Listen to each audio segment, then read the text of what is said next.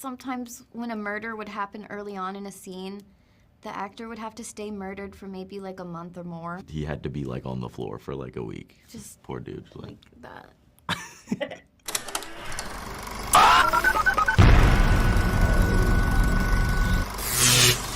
Hi, I'm Kristen Maldonado from Pop Culture Planet. It's so great to meet you guys. Suzanna, it's so great to meet you. David, it's good to see you again. Yeah, I was gonna say, I know you. How are you? It's SAG-AFTRA Foundation panel recently. Hell yeah, yes. How are you? I'm great. I'm so excited to speak with you guys. I'm so excited for people to dive into this world further. I'm a big Fear Street fan. Susanna, I wanted to start with you. You know, your character of Megan has a talent for horror special effects. So I was wondering what you could tell us about what it was like bringing those tricks to life on screen. Crazy. Are you talking about our little hand chopping moment? Oh, yeah. Such a technical, fun moment. There's like a tube going along my arm like this, and it's like taped, and I had to hold it just like so, and scream, and somehow get in the frame. So it was technically a little complicated, but also freeing because you're screaming and throwing an axe down, and then everyone's energy helps me a lot because they'll push themselves back and start screaming. One kid threw up. Loved it. It just fills me up. What is that secret to get that like really good horror movie scream? I think it's already scary enough to have a day where you're like, I have to scream today in front of a bunch of people on camera. And it's more embarrassing when an awkward sound comes out, so you might as well just go for it, yeah. David, you've played some key roles in book adaptations across genres. You know, Some Right Turn Pretty, Dead Boy Detectives, now Fear Street. So how do you balance kind of staying true to like the original material while also bringing your own interpretation to like these worlds that people already know and love? That's a great question. Yeah, I think, you know, there's definitely a certain like respect that you have to give to this character because it's like influenced so many people. With Tyler, it felt a little bit different because it didn't feel like it was such a direct translation, more of kind of like an interpretation of the world.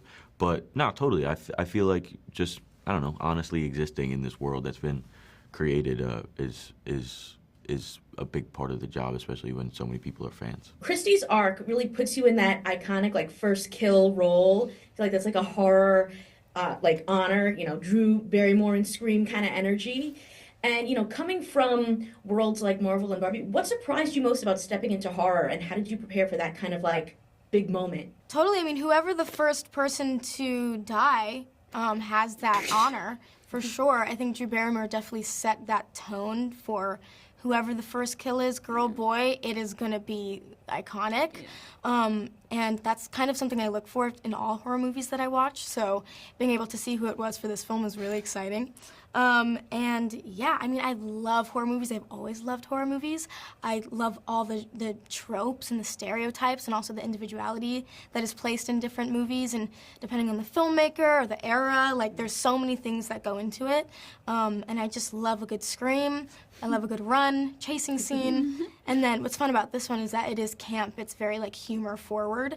And there's so much to look at constantly, and you're always like, I've seen it twice now and I pick up on something new every time. So it's definitely a fun ride, and I'm excited for everybody to see each kill. They're all creative and cool. And Ella, I wanted to go to you. You know, you're starring in 2 horror movies just weeks apart, with Fear Street and Until Dawn. And, you know, in both, you guys meet some pretty brutal ends. So how did you kind of approach that, playing these 2 different types of women in horror? And what was it like tackling these, like, crazy death scenes? I think I've just been kind of like pinching myself at the whole thing. Like I'm like taking it in as much as I can and sort of relishing in the opportunity to kind of, we were talking about this earlier, but there's this real emphasis in film, at least in the moment for me, like on subtlety and kind of like pulled back performances, which is totally like great and valid. And I think what's so incredible about horror is you almost can't do too much. You know, if you're being like chased with you know, by a murderer, like there's nothing to hold back. Like, yeah, it's the most human reaction possible. Yes, yeah. And it's like a full kind of full body, full throttle sort of intense like throwing yourself at the wall kind of thing. And so Clover, who I played in Until Dawn, and Melissa in Fear Street are like completely different people. Could not be more different. I mean, Clover is like of modern times, and Melissa's from the 80s, and I think that informs a lot of like who they are and how they hold themselves and like what kind of friends they surround themselves with. Like Melissa's never been on a phone and on an iPhone, and like Clover has, and like what does that mean for the way they like move in the world? I also think like, you know, they share some similarities, but I think Clover is a really subdued, grieving, struggling person at the time, and she's surrounded by really supportive friends who are kind of helping her traverse this like really horrendous grief.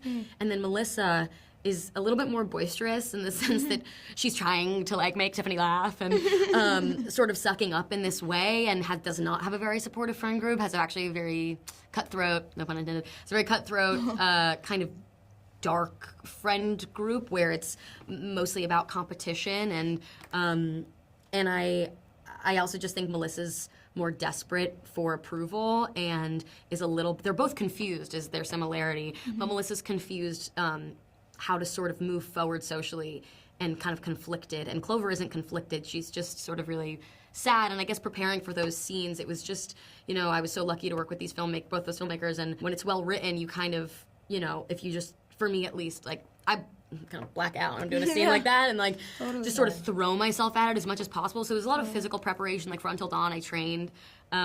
So much running. It was like so much running. While horror movies scare us at home, I feel like oftentimes it's like the wildest things that you guys have to do on set to like make it come together.